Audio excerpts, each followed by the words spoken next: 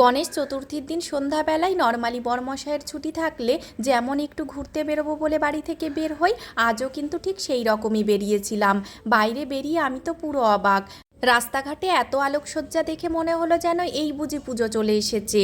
গণেশ পুজোতেই যদি এত রমরমা হয়, তাহলে বড় পুজোতে কি না হয় বলো।